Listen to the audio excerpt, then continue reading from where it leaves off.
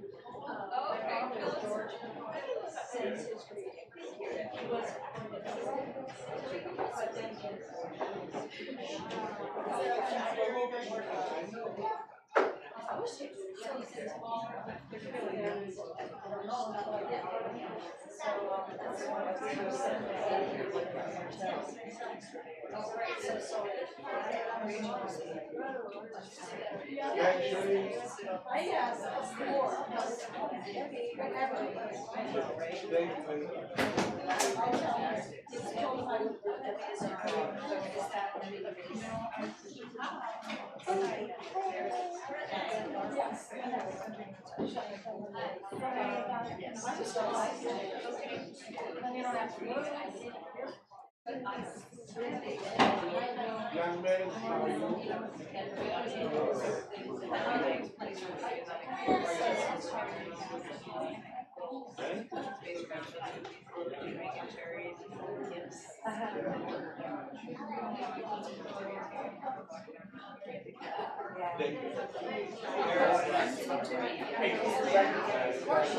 Oh my gosh.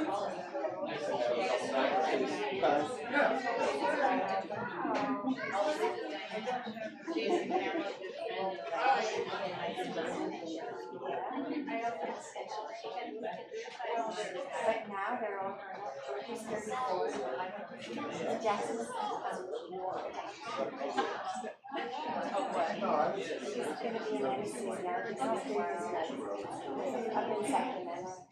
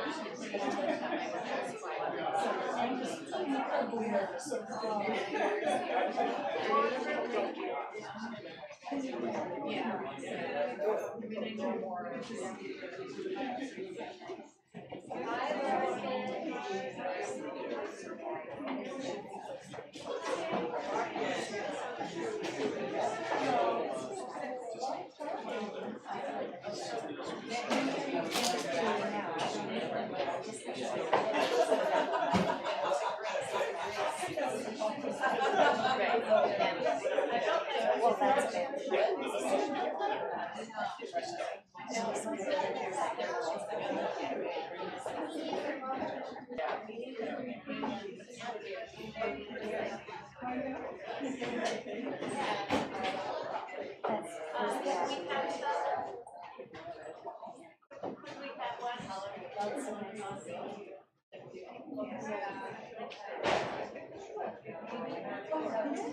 My goodness, there we are.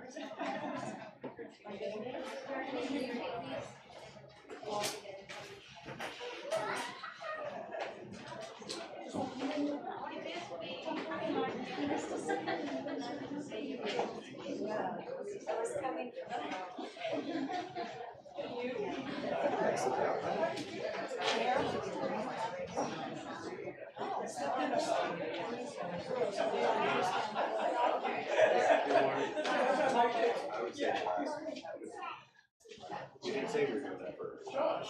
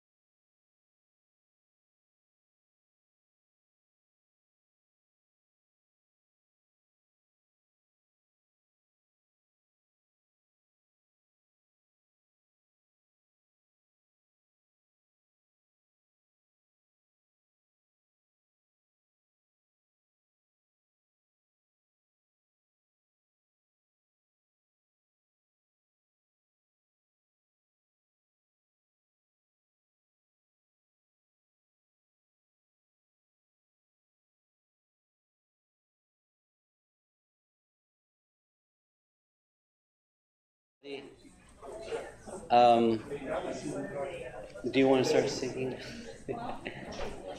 No, it's good. They adjusted it. There, yep, truck. Hello, everybody. Thank you for coming. This is amazing.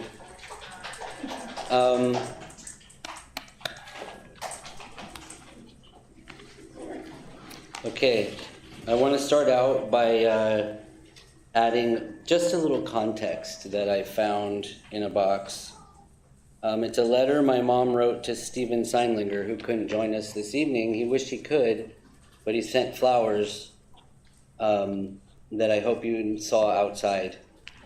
The letter to Stephen is catching him up on her life, but I love this little part that I found where my mom says to Stephen, "Stephen, it was because of you introduced me to Beyond Baroque that I became a writer. I will always associate the day you took me there with success that I've had in my writing, which is modest but not bad. My last book published by New Michigan Press is called Of Which Anything Consists. I believe it was in 2013. In 2008, I think that's where I was going to stop reading. It's not about the accolades. I just thought that was I always wondered how she found Beyond Baroque. She took me to her classes as a young teenager. I went to one where we read Jesus' Son as a young, freshman in high school. And it was the story called Emergency. So if you've read that book, you would know that the topic is interesting for a young boy of that age. So just the connections to Beyond Baroque are tremendous throughout her life. She really put a lot of her passion into writing.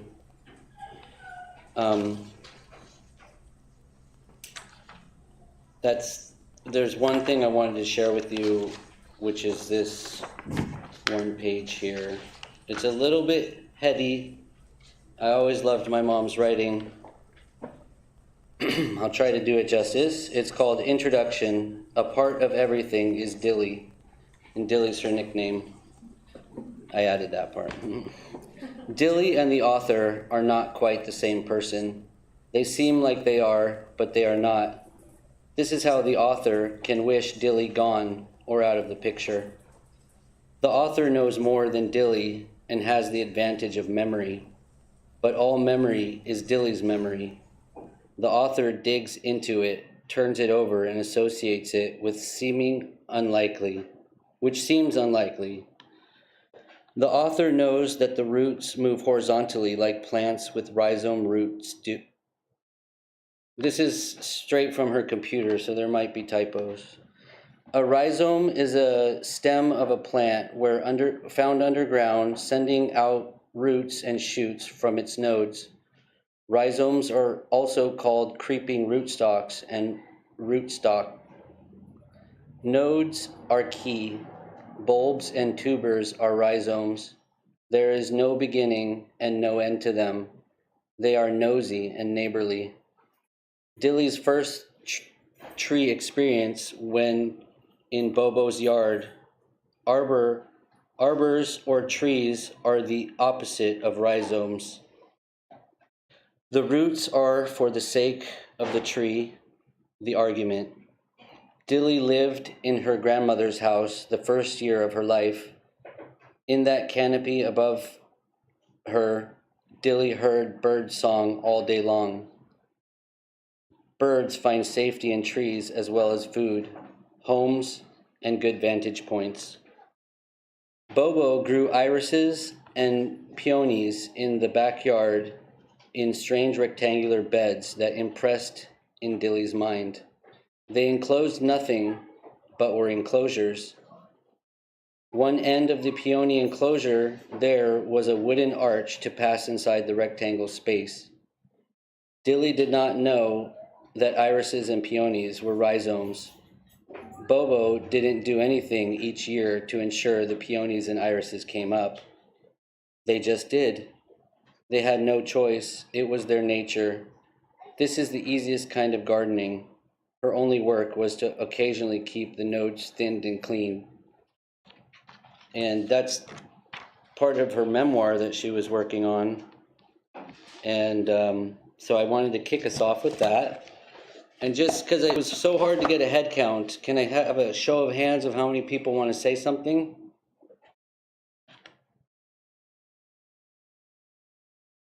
Okay, great.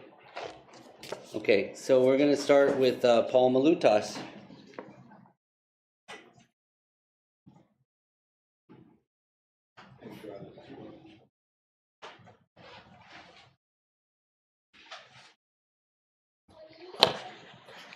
Ladies and gentlemen, good evening, and thank you for coming to celebrate the life of an exceptional person.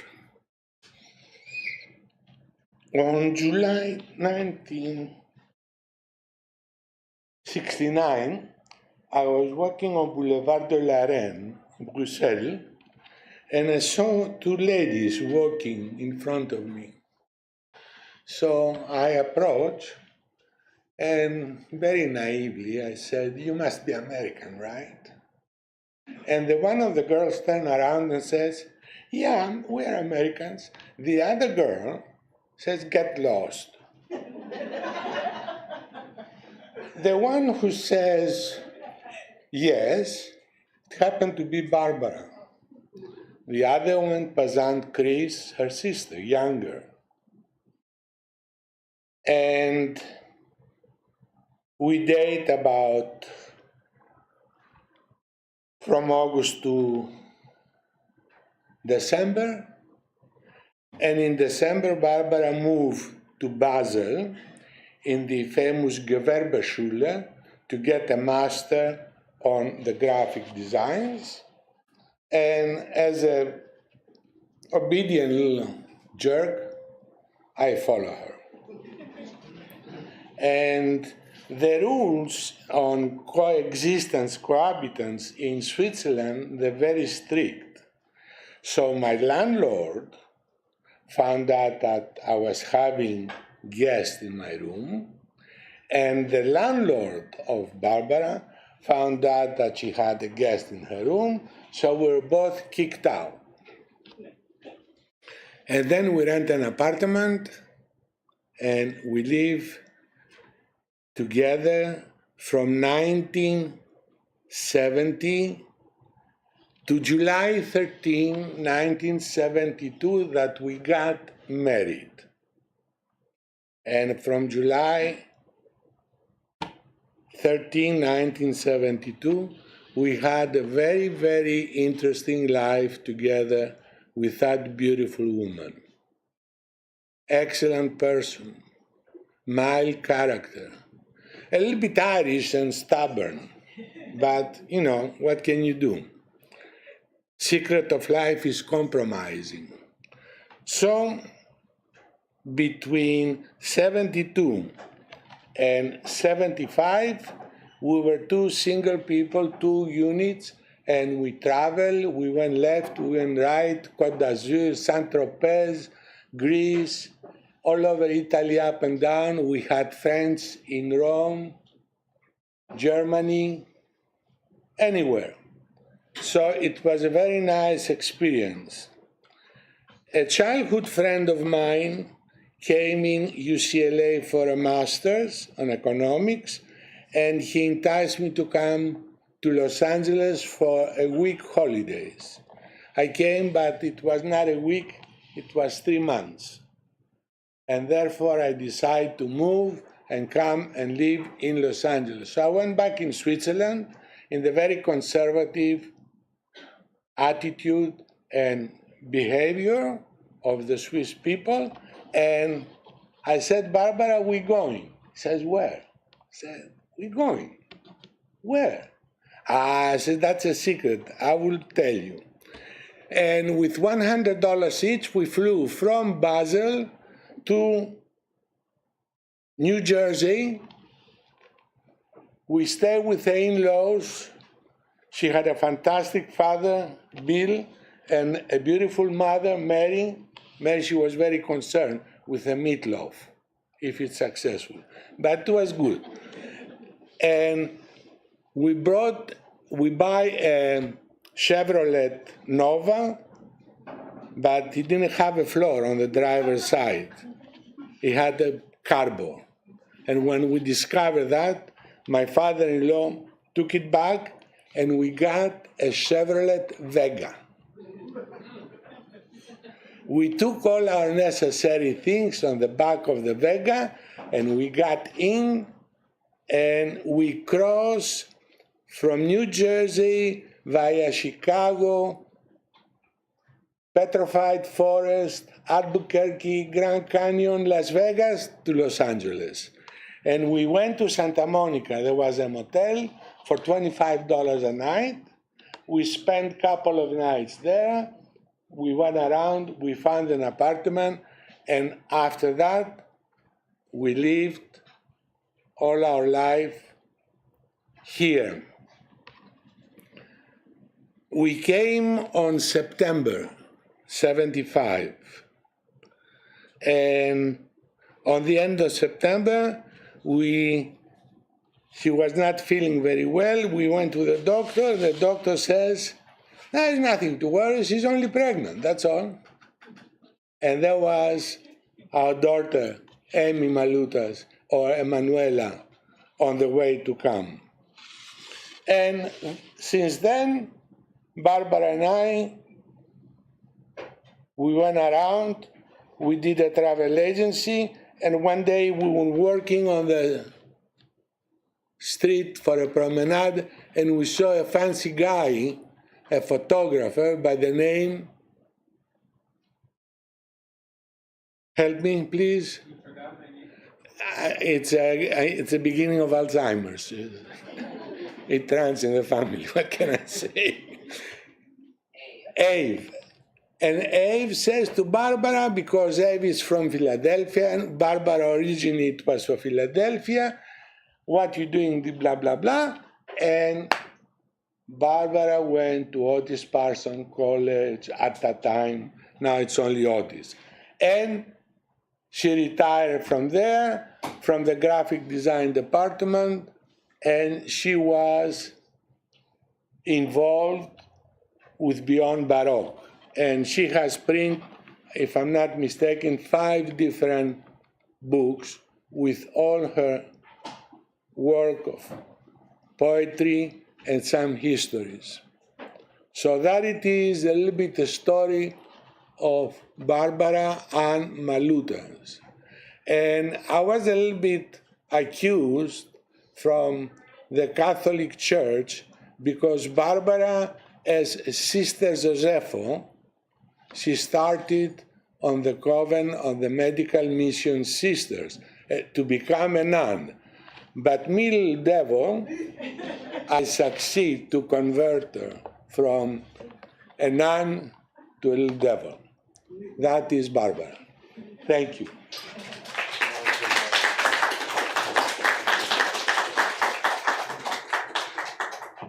That was fun. I think we're going to follow up with Abe's half of that story because I think, wait, do you want to go now? Sure. Okay. That'll be fun.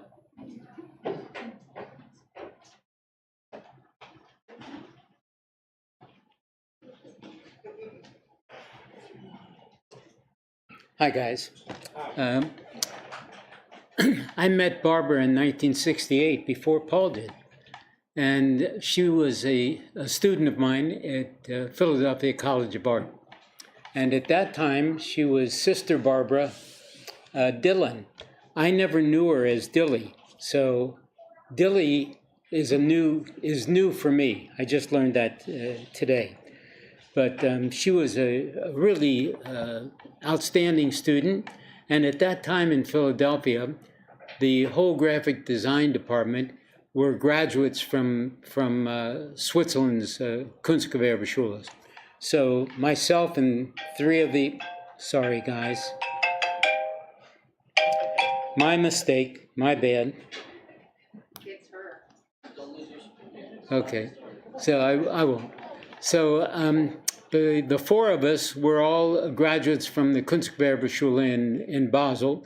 So it was very, lean towards Swiss design and Swiss typography.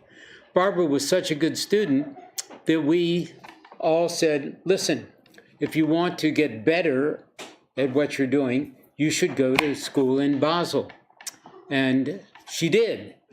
Just after that, I left PCA at that time, and moved to Los Angeles to be an art director at Capitol Records. So fast forward a little bit, I think in around 1985, I was walking on Fairfax, taking pictures on Fairfax, and I see Barbara. Hadn't seen her for 10 years or so. And I said, Barbara, what are you doing here? And she said, well, I live here now. And I said, what are you doing? She said, she's doing graphic design. I said, well, do you want a job teaching? And she said, yes. So she started teaching at Otis, teaching a design course.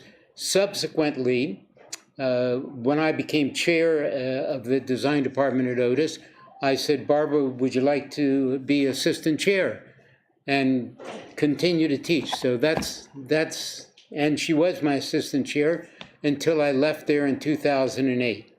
I can tell you that she was loved by everybody who worked with her, all of the students, and I depended on her for everything. And I'm terrible at spelling, I'm dyslexic, so anything that I wrote, she wrote. So I took advantage of what a good writer she was. One of the most terrific persons in my life, and I miss her, and I'm sure that she will be missed. I filled in a little bit of the blanks there. Okay.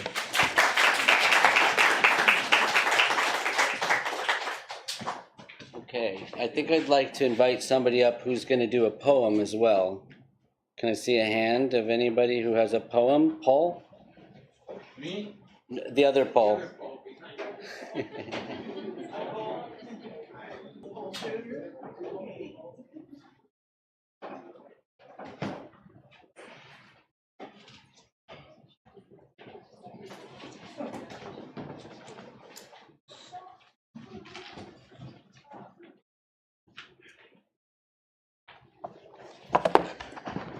I wouldn't miss the opportunity. Just come up. Okay. Yeah. All right. Wouldn't miss the opportunity to read a poem of Barbara's. Barbara was an excellent poet,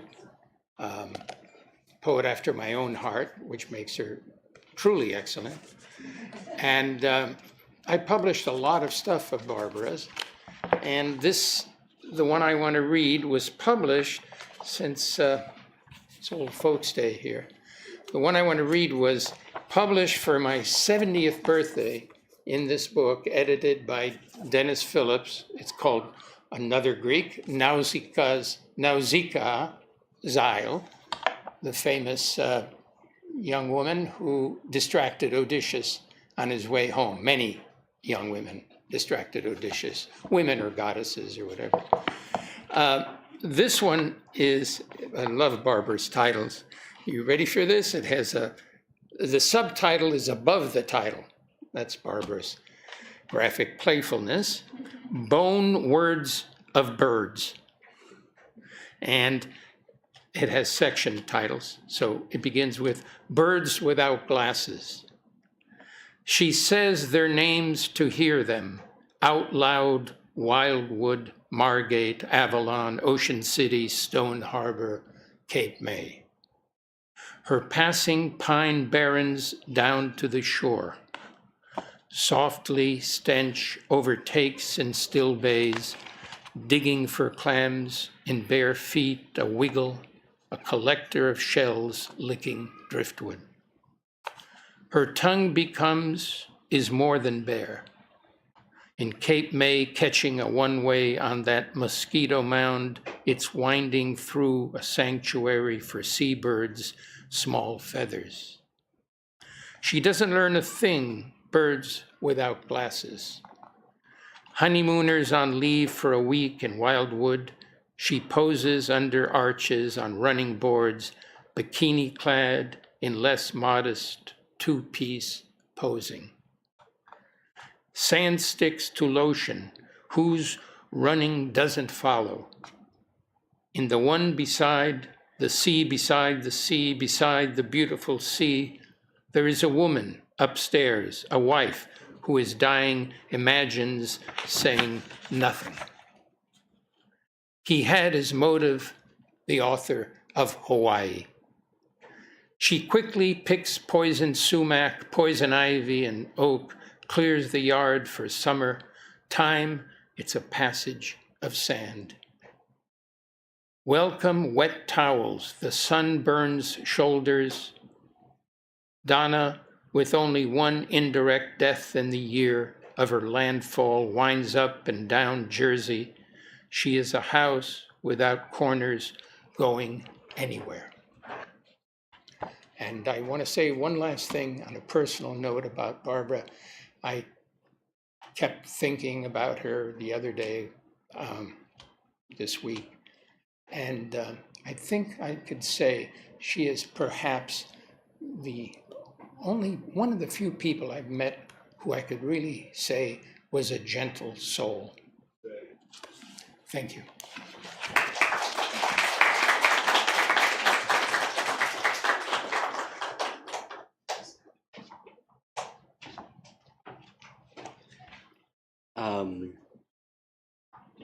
Larkin, do you want to say something? Or Carol? Carol, no.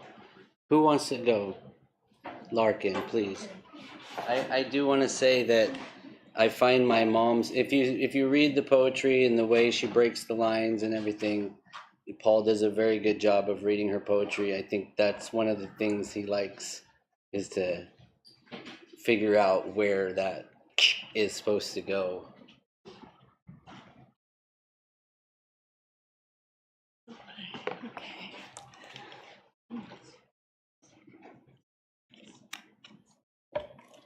Oh my goodness.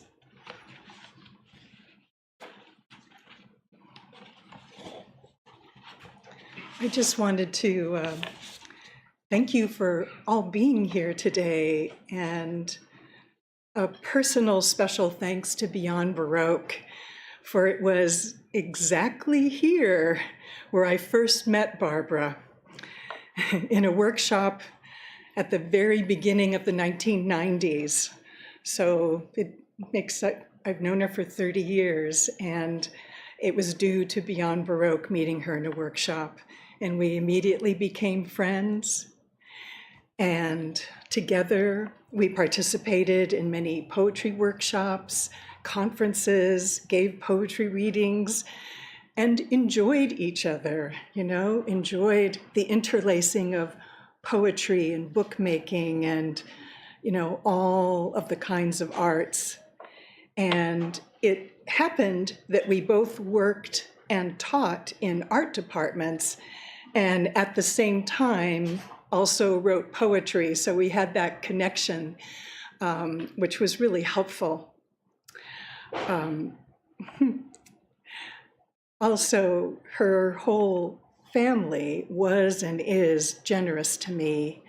And of course, Barbara is a generous soul, and I know you all know that, but I just wanted to say it.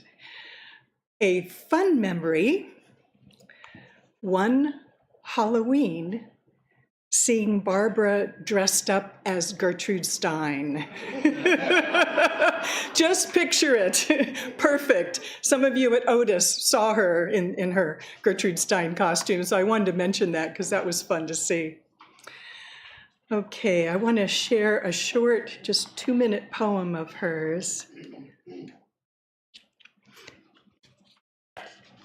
It's from her book, Of Which Anything Consists. Can you hear me okay? All right. And it's titled Water. It's the first poem in the book. Take a little sip.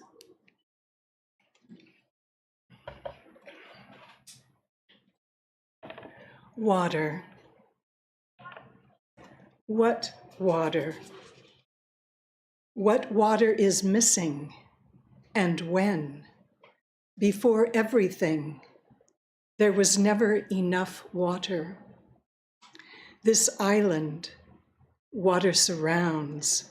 They say sea, they, aware of scarcity and all methods of keeping islanders with water, in water, of water. Writing from memory without concern of structure. this thinking of cisterns, a reservoir, with less than ever concern for story, never knowing enough, but remember how easily a low green tanker, just out of sea, water, full, heavy, full objects of greater density than are floating, hooked up to a reservoir, pumping at night in time to harbor, to release. This not knowing is made, membering a low boat in water, in harbor. The possibility there's some other harbor, not this one. Asking the difference, bare hand, no gloves or a bucket in hand. So measured, take water, short showers, tight water, a commodity, in memory, in memoriam, a reservoir. Thank you, Barbara.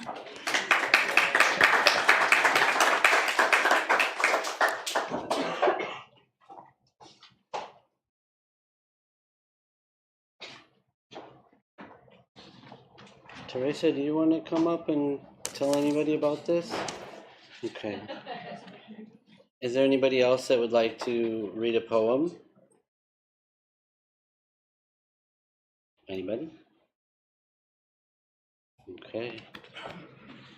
I'm going to read one because it talks about the sun. And that's me. Where was it?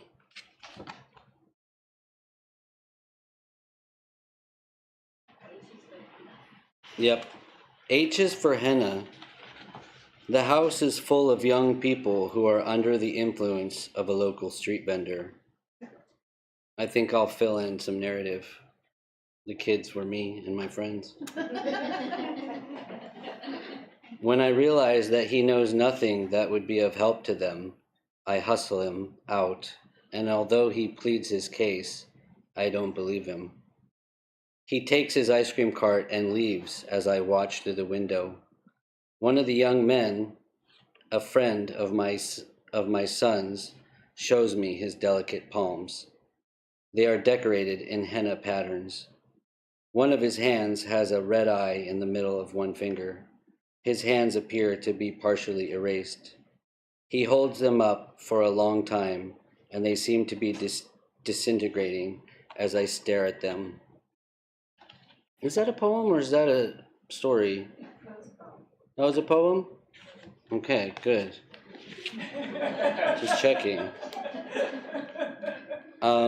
I feel like there were other hands for people that wanted to say something. Warren.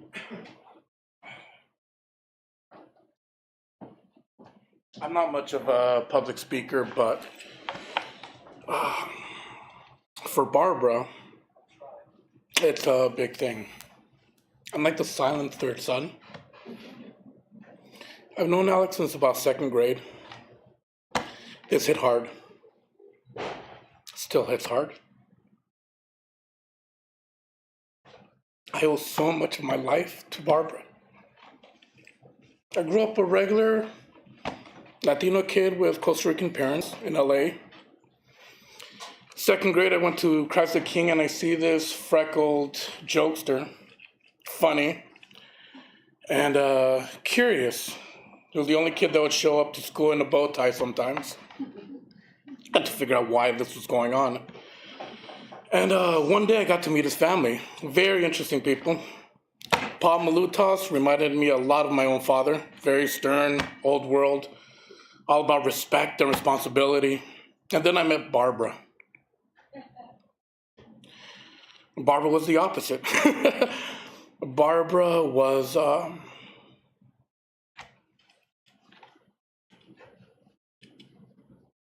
the best word was gentle. She was beautiful. I knew she was different. I would look at people around me, everybody with like normal tapered clothes, regular blouses. But she had an aesthetic. She had a beauty and a grace to her. I fell in love. I was like, wow, who is this woman? I drew as a kid. I remember the first time I walked their house. I'd see photographs that were black and white, but for some odd reason had color. I'd see books of paintings, things I would never see at my own house. The love for the family continued. And then next thing you know, I was like Alex's brother. I'd spend multiple weekends, take vacations with them. And I learned about art, something that was not part of my family. My dad would never even listen to music. They had an amazing acoustic in their home. Alex would love, as soon as everybody left the house, just go to full volume and we would just laugh and dance and just enjoy what was art. She was the first person to get me into poetry. Created 2 websites with my own poetry. No one's really ever seen it, but it was actually thanks to Barbara. The few times I've ever spoken in public was at poetry readings, thanks to Barbara. But no one ever knew this. And I don't think she did either, because growing up, sometimes you put people up here. They become iconic. They become something to look up to follow. And it's difficult to really enjoy them at the time. When Barbara passed, my first instinct was, of course, what a couple of people are doing, was to write a poem for her. First thing I did, let's look up who's the goddess of art. And I found out there was a Celtic one, Egyptian one, everything. I was like, still up here. It's not Barbara. Yeah, I wanted to do like an ode to Barbara. I just kept going. Couldn't do it. And at the end, I realized I just had to speak from the heart. Thank Alex and Emmy for letting me treat her like a mother at the very end. Painted her nails, brushed her hair, gave her massages. I got to treat Barbara like a mother at the end, which I'm grateful for. Just one thing, since I don't know many of you here, when I do sit down, I'd like everybody to give a statement, a word, a couple of words that describes Barbara in your hearts, so that everybody here at least knows a little bit about what Barbara meant to each one of you. Okay? So.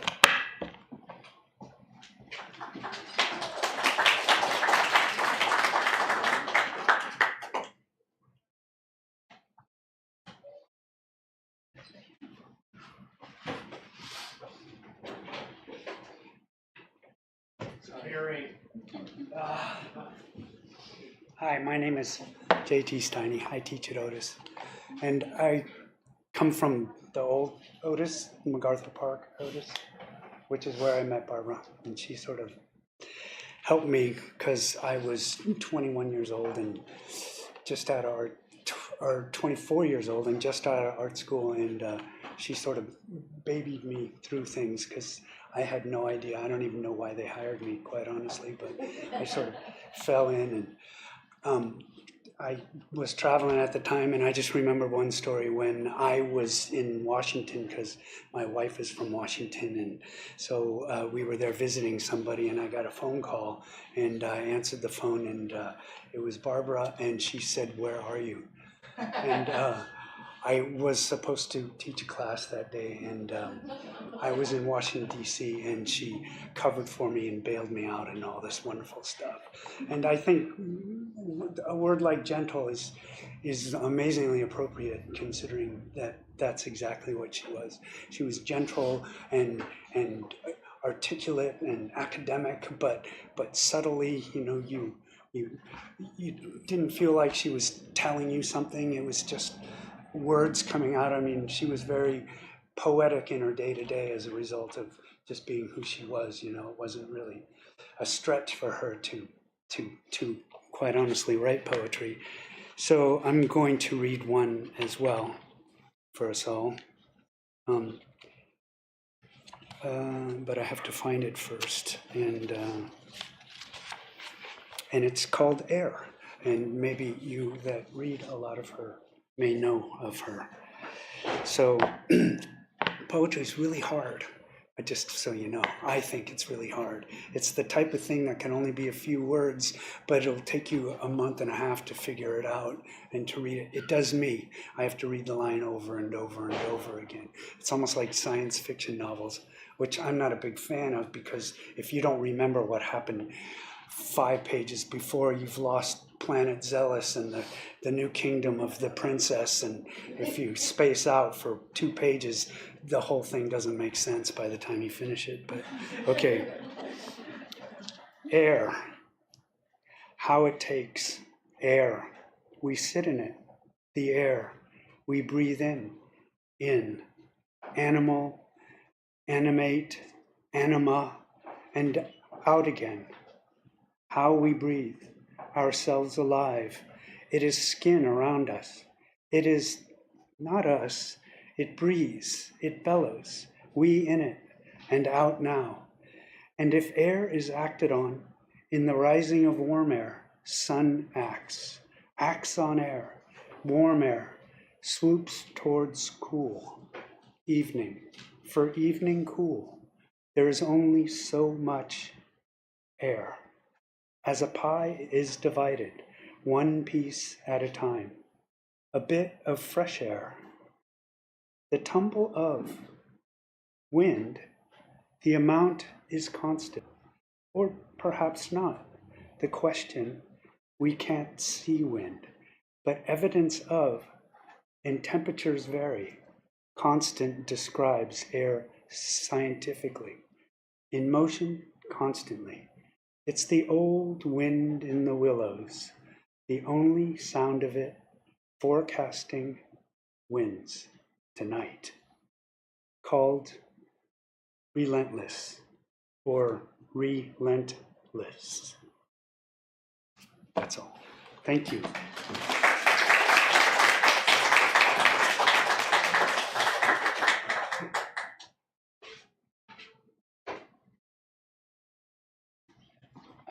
Wow. I'm glad you bookmarked that one, Larkin. This is Larkin's book. If you don't have a book and you want to read something, there's some tabs here. I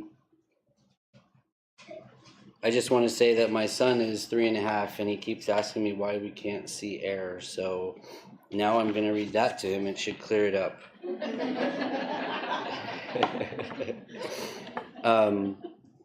Again, I wanted to mention that Teresa, how do you pronounce her name?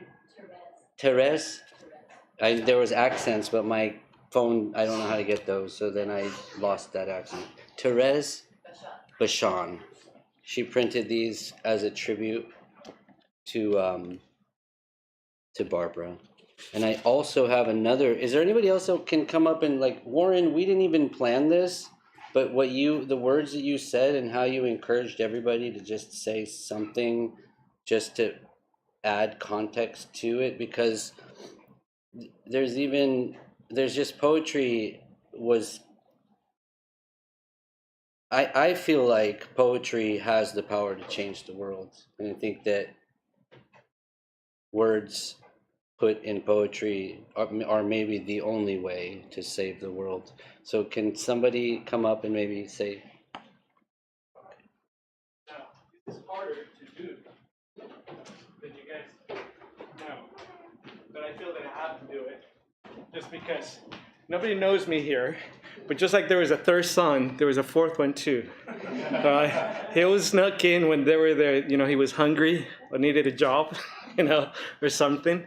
And I met Barbara through Alex, and then I met Emmy through Alex. Kind of my older sister, by a month.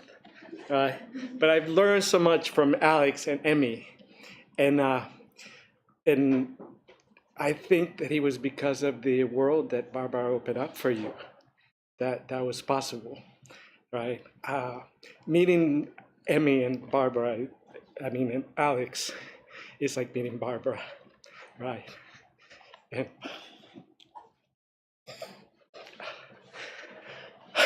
okay. We'll laugh a little bit. Can everybody say placa? I know you guys know that. If you took Barbara's class, that was the first thing you learned, right? Placa. Remember doing those letters in placa, right? Polish word, right? Placa. I remember that and how stinky that was the first time I opened that bottle and started laying that flat paint to make those letters, right? I still have my placa drawing from her class, right? And I snuck into her house many times to eat the food that was left in the fridge. Thank you, Alex. Right? I got to travel because of talking to Alex one day, how he used to go to Greece when he was only like 7 years old and be put on a plane and get over there. And I was somebody who came from a very humble background. I was broke, completely broke in college, and it was Barbara who saved me so many times. She gave me projects, she gave me jobs. She would say, Henry, she would always call me. And I say, like, there's this opportunity to make some money, right? And it was her who actually got me a part-time teaching job at Otis for a kid who didn't know anything. I shouldn't have had the job, but I just happened to show up every time that I needed some help, and she was always there to help me. And I remember that one of these days I'd say to myself, I got to go and quit because otherwise I'm never going to grow up. And so I went to Otis to tell her that I wasn't going to be able to just do the drawing classes that I used to volunteer for. And on that day, I ran into somebody and just talking, before I even talked to Barbara, talked to one of the teachers there saying I came here to basically quit. And said, well, you know what? They're hiring a printer at LMU and you should go there.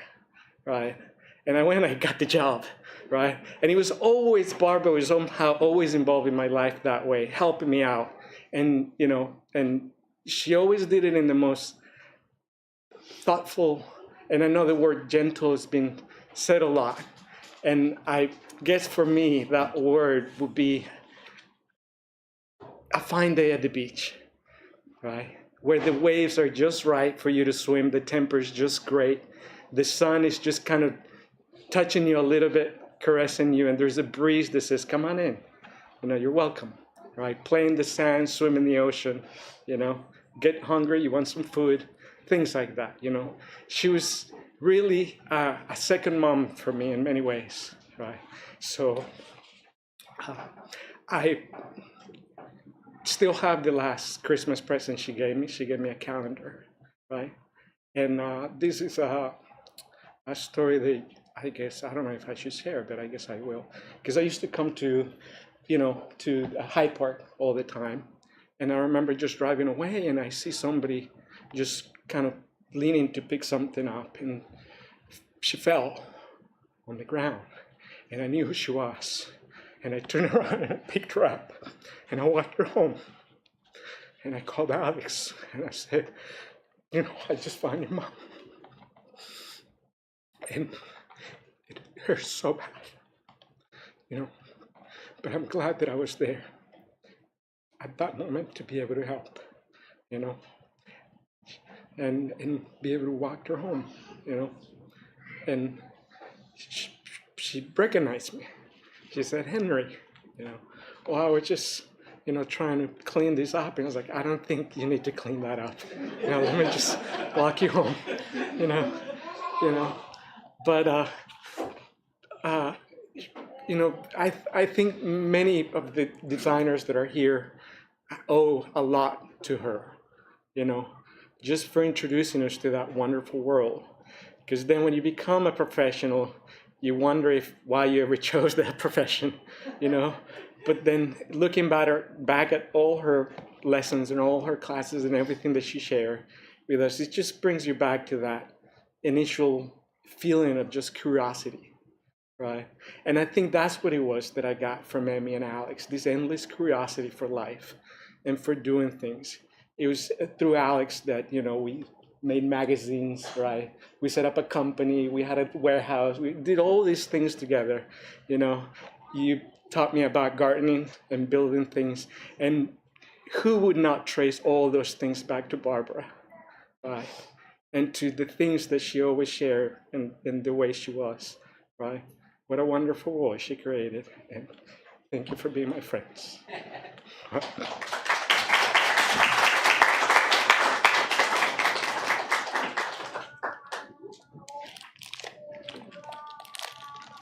I also was in that class. That was my best class. At least I made sure that it was perfect with the placa, because she was my teacher. This is from Joyce Lightbody. She sent me this. It came in the mail yesterday. I just haven't had the time to open it.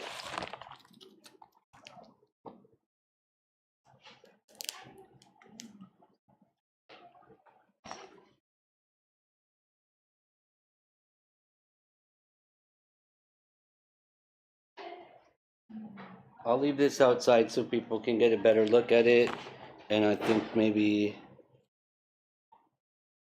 the folder is to Alex to honor his mother. With love, honor, and respect, Joyce Lightbody. Thank her for all her years at Otis. Dance every day, more writing, more dancing.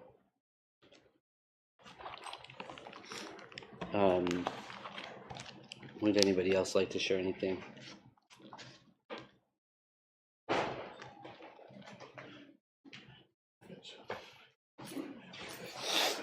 Hi, I'm Danny. I don't really have a lot of words at the moment.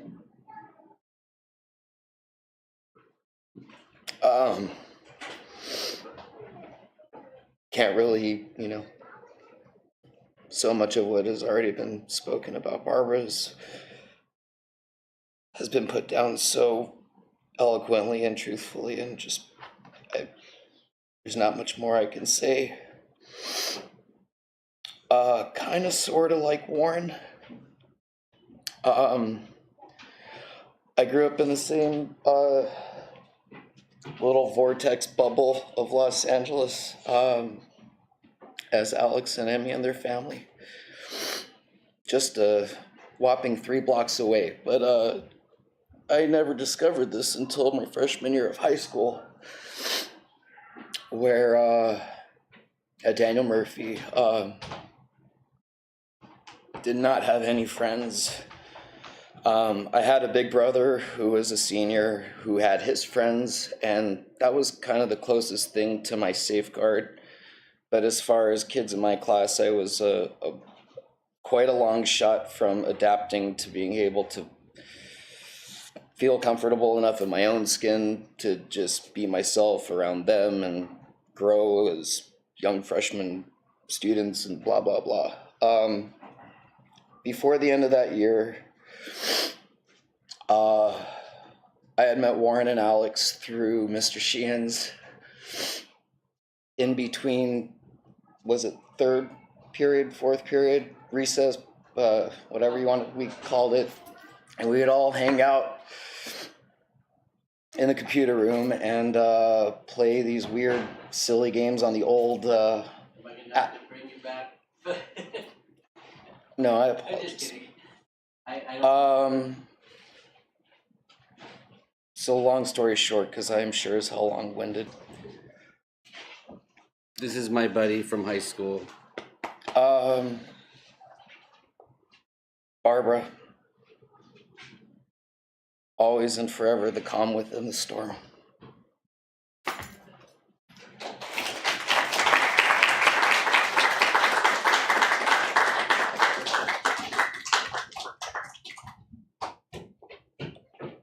I think I want to cry because I feel like I cut him off, and I'm very sensitive to giving everybody... Okay, great.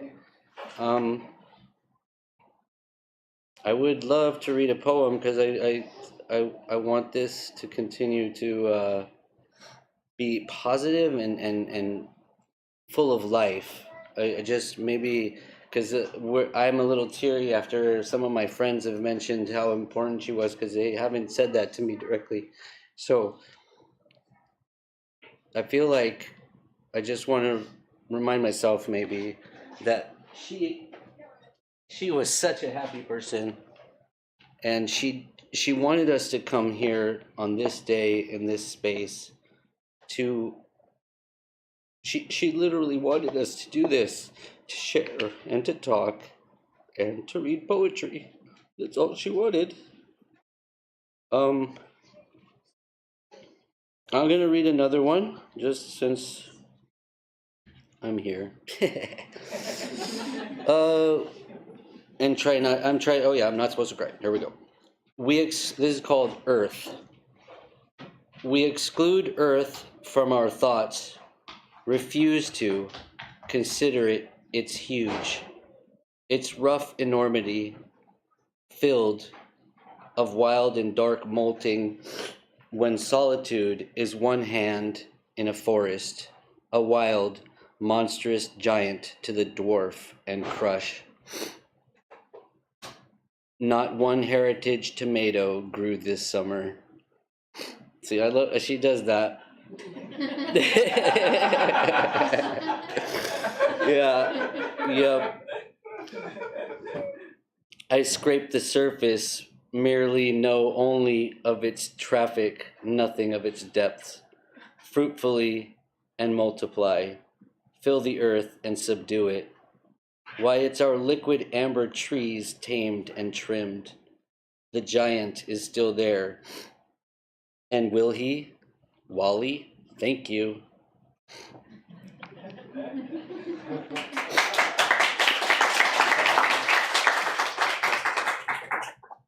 Can I invite anybody else to say something? Please.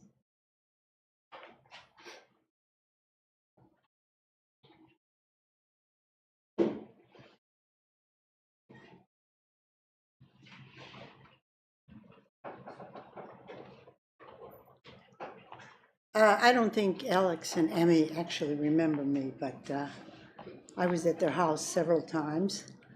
And I remember when your little one was born, who's no longer a little one, not as little, let me put it that way. And I was to Barbara's house many times. You may have heard this from maybe Larkin and some other writers and poets, but I met Barbara in a writing group, and I also met Larkin there. And two very positive things among many that happened from this writing group. And Barbara always struck me as one of the sweetest women. And what I loved most about her, Alex, was her prose. I wasn't that familiar with her poetry, though it sounds good. And do you have any of her prose here? Her travels? Anybody have it? Well, anyway, I don't have any, but that's what I would really like to read, because her prose, what she wrote a memoir, but she wrote it in she wrote a memoir of her early years with her husband, going through Europe, Greece, and all of this sort of thing, and her wonder, her absolute wonder at everything she saw, at everyone's behavior. Everything was wonderful. She really... Is that a prose? That's not her writing. No, that's not the kind of thing. She wrote a memoir. I guess nobody has it, but that's all right. Don't worry. Anyway, her writing was so not only descriptive, but funny, enlightening. She got into the emotions of her subjects at that time, I assume.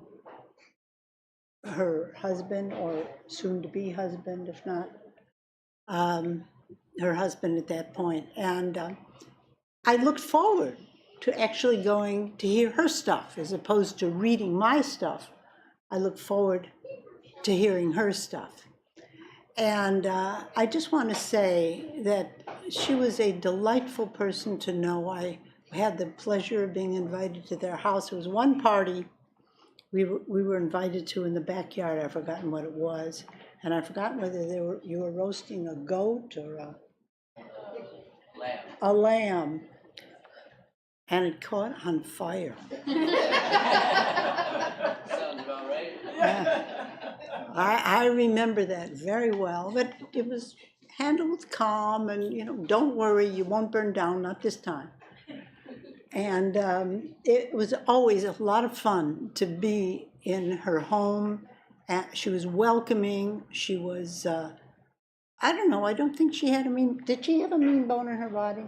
No, that's funny you should ask, because for some reason I was trying to, when I had all this time to think, she passed away in July, what would I say?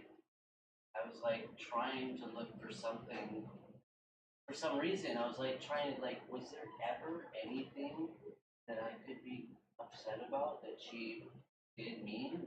Never. Well, she never said anything bad about you. And she never said anything bad about either of you either. So you should feel, I never heard her say anything bad about anybody or anything. That's not to say she was stupid and didn't recognize when people overdid something or did something wrong. But she seemed to be able to put it in a place in her mind, in her heart, so that the goodness of people came out. And that's what I want to share with you. She was a lovely person. I'm sorry we lost her. What's your name? Oh, I forgot. My name is Jan. That's easy. Jan, because I know we've met. I remember you.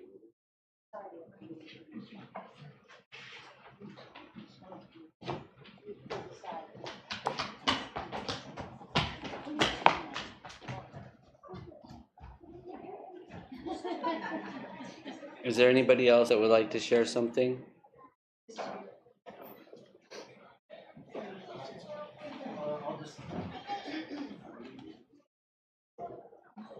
Hi, my name is Josh. I was friends. I grew up with Alex on Gower. I just like to read the K for Kittens, if that's okay. After a little while of just sitting, we see an area where kittens and cats are playing with large inflated balls of many colors. They say that this scene represents the universe and the way it works. That idea doesn't bother me at all, and it actually seems reasonable and satisfying. The balls shift as the kittens pounce and knock them around.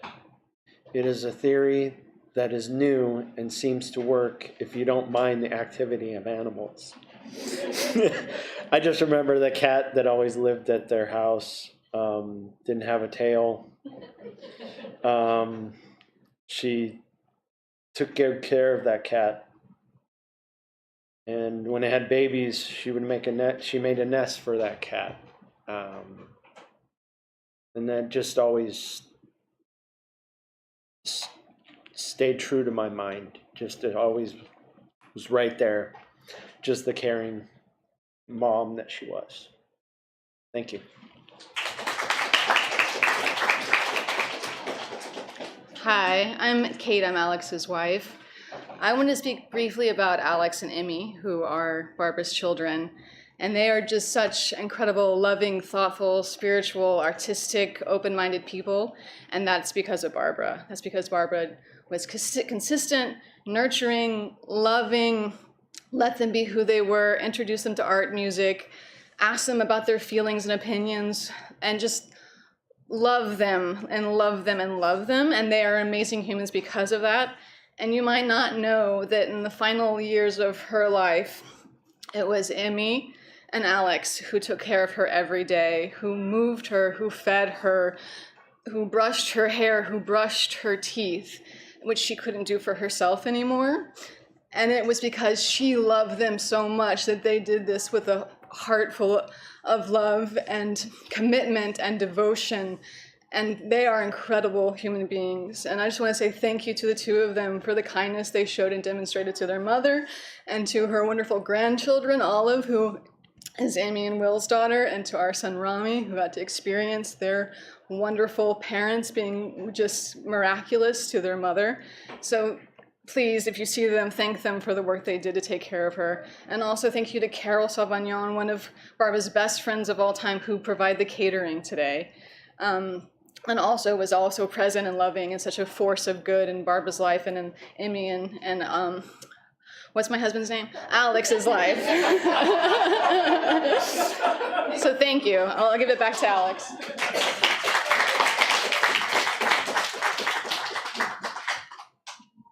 That was funny.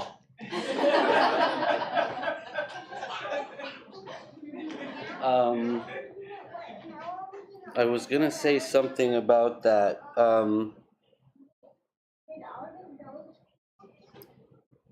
Since you brought up just the challenges of getting old and having a disease affect you, you know, I'm sure a lot of people wonder, what was it? And it's a really,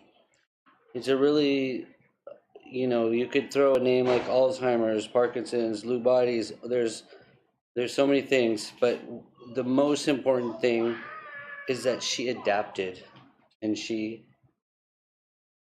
worked with us every time. You know, she would, I'm ready to go to the bathroom. All right, let's go.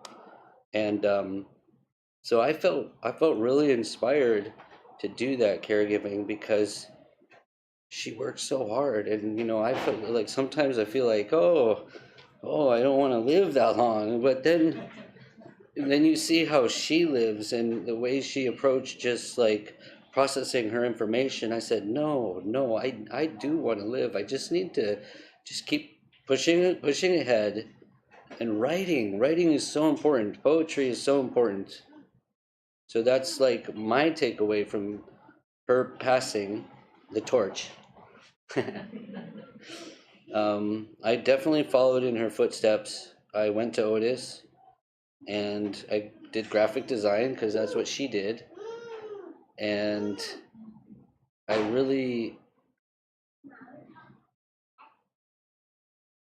like to invite somebody else to come up and say something if they have anything to share. Anybody? Is it too heavy? She wanted, no? Okay. She was just, yeah. What time is it? Is everybody hungry? Who's hungry? Raise your hand. Hungry. And who wanted to say something and didn't get to say it? Raise your hand.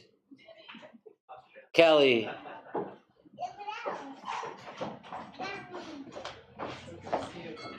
Yeah. And you had a baby. Yeah. My name is Callie. I worked with Barbara, and I'm just going to quickly tell you my favorite story. I arrived at Otis. I'm working with Barbara, and God, I'm liking her so much. And she has so much patience and tolerance. And I came into the office and I said, my God, Barbara, you could be a nun. She's like, I am a nun. So anyway, she lives in my heart. I'm honored to have worked with her. What a beautiful person, and thank you for inviting us to be with you today. Yes, thank you.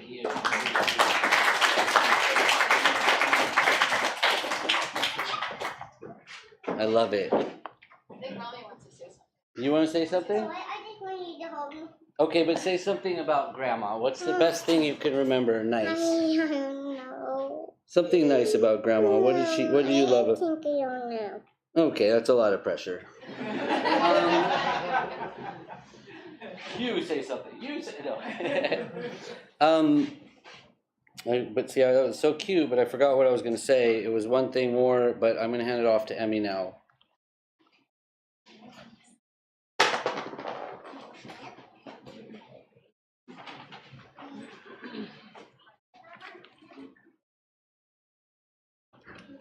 Okay.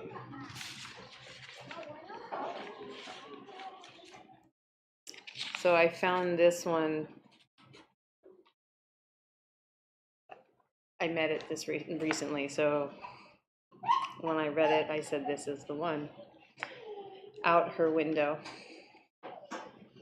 There is a clearing grown with grass, spread 50 feet or so before we reach the woods of oak and ash and maple ringing around her home.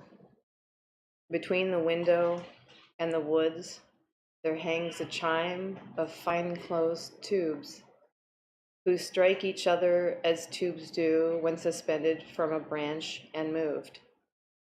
I ask she place it there to hear, through open window, sounds to link her with the woods, the call of birds, their April chatter on the ring.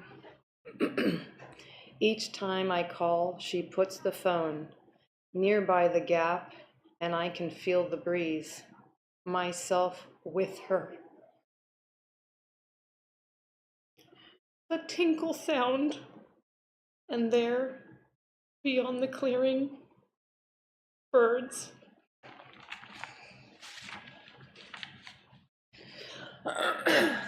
Excuse me. Many of us enjoy her poetry, and I hope we can each take a moment to enjoy the diversity of creative endeavors that we've assembled. Some are in photographs. I know we brought more things that we probably didn't even display, but she was prolific, she was creative.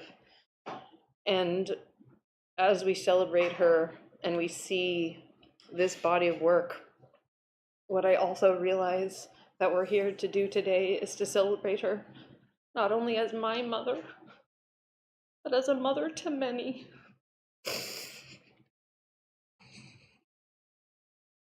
She was so good at helping us find our way through life decisions, college courses, project hiccups, stressful ordeals, and wordplay. Thank you. Her support was given quietly for free. She dissolved expectations and had little use for judgment. Her steadfast, calm energy, her persistent creativity. She was adventurous and open. She, a patient observer, a lover of nature, a practitioner of art, able to laugh all the way to tears. She is amazing. She was also mysterious, both with her ambiguous writing and her quiet way. Over the last few years, Mom and I participated in a Friday night Zoom called Race and Racism in America, What's So and What's Next. With this devoted group, we read books like Caste and the 1619 Project, and biographies of historical Black men and women. One week, with plans for each participant to share about their lineage, I opened my Ancestry account that I had not been active in a decade. For this assignment, I journeyed up the trunk of my mother's family tree.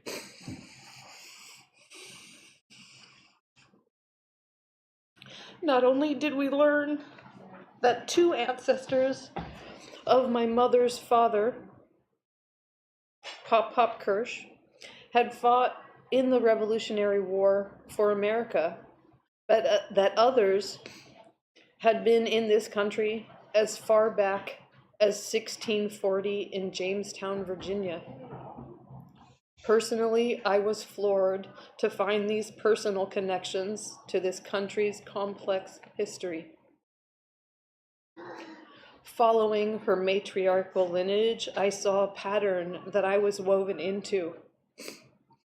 My daughter, her granddaughter Olive, is the firstborn daughter of a firstborn daughter of a firstborn daughter of a firstborn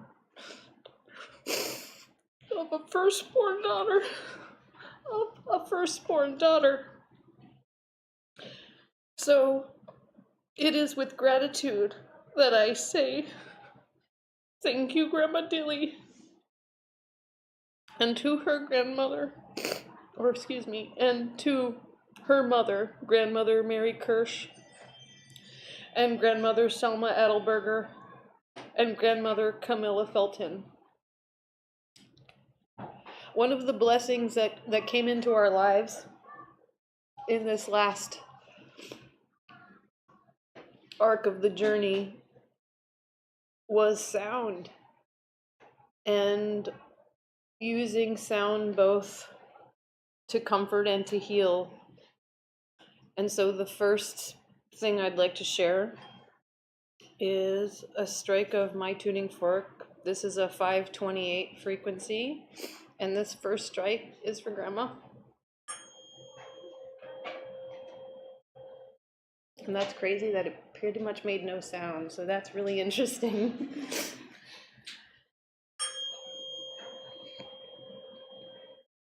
A lot of people say that the 528 frequency is that of love. All frequencies can be love, but this strike is for us.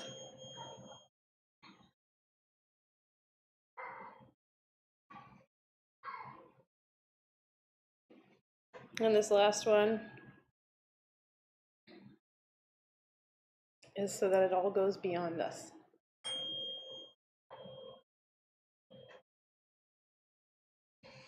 So we did a lot of singing in our house, a lot of humming, and Grandma was really able to self-soothe with that. It was a wonderful gift. And so I'm gonna start out here singing a song, and I'll ask if you feel like it, jump on in. I was standing by my window on one cold and cloudy day when I saw that hearse come rolling for to carry my mother away. Will the circle be unbroken by and by, Lord, by and by? There's a better home awaiting in the sky, Lord, in the sky. Undertaker, oh undertaker, undertaker, please drive slow. For that lady you are hauling, Lord, I hate to see her go. Will the circle be unbroken by and by, Lord, by and by? There's a better home awaiting in the sky, Lord, in the sky.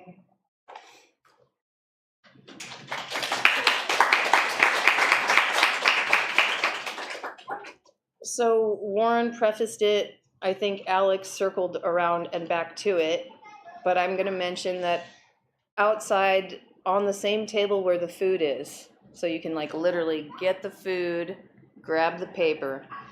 We're going to ask that you write down your inspiration that you want to take from this experience or from your relationship with Barbara, and write a message, a drawing, a symbol, whatever moves you. And then we'd ask that you find the person holding the iPad in that room, and we'd like to photograph you with that. And that's something that she really enjoyed doing, and we have a sample of what she did for Will and I at our wedding. And it was very sweet, and she, of course, made the book that houses the example, so feel free to enjoy that. But we just have hopes of, future things, and it feels like something from this group would be really special to be able to include. So again, thank you, and I'll pass it back to Alex. Woo!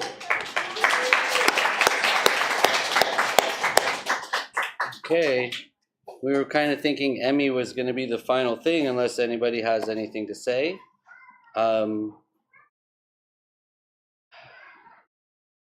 Yeah. Okay. We're going to eat food. That's what I want to say. Carol, I know you didn't want to come up here and say anything, but thank you for being there as a second mother to me. The stories that my friends told, that's you for me. And she was there when I was born, so she was, you know, like my mom's best friend. And I mean, for those of you that were also her best friend. Okay, so let's enjoy. Carol brought some food, and we have drinks for everybody. And we're going to just hang out a little bit more, eat, write a little thing, take a little picture if you'd like.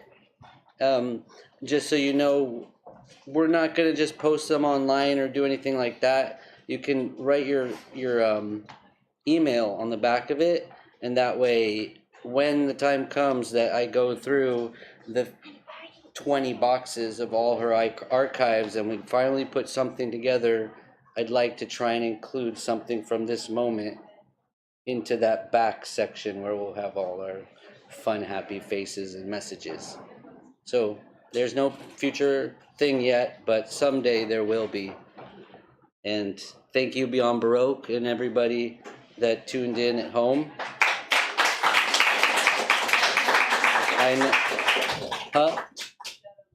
Shout out to the family who we know were tuning in for sure.